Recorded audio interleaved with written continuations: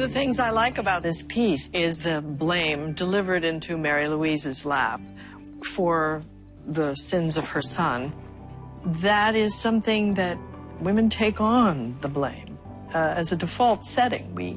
We imagine that not only our children's problems, but everything in the world is our fault. I think it's sort of a more complicated landscape than that.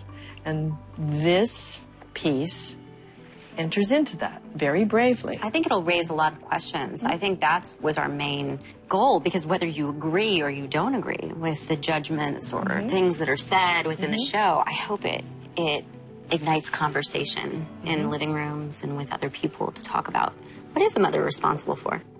What is a mother's also role? As people, what we are responsible for. People. I think it's so interesting what can seem like very small moments in life. My mom grew me up and provided for me and kept me safe and taught me and gave me all of her wisdom, and I was able to grow her up as well. We had a very kind of symbiotic relationship, and we still do.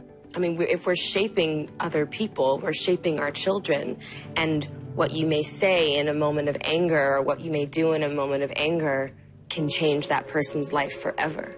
As much as we're saying the women and the mothers in the show, there is the parenting, which is nature versus nurture. That's right. And, you know, we've chosen to explore the women because to have then digressed into those male roles would have taken away from this, which, and there's just not enough. We could have done 16 hours, but we would have all been. But that's why I said people and not women. That's what we're exploring here. But the moment where we see Bonnie's mom when she was little and the way she spoke to her and talk, you know, all of that, you see how that affected her. And I hope that people watch the show and realize, oh, I have to be really careful about the things I do and say to people because it can change them forever. Wait till you're a mother.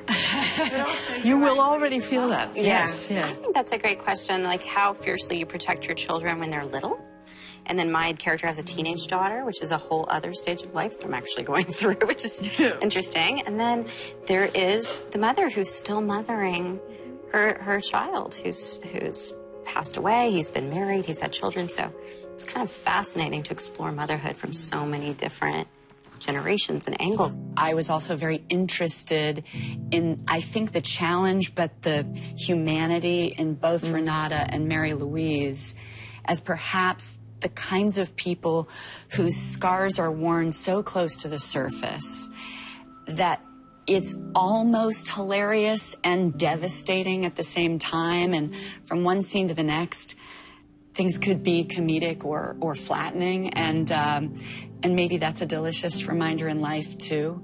Because we've talked about this a lot, the tone of the piece, you know, that it's all tones. Because when you're in the mess of scars, everything is possible.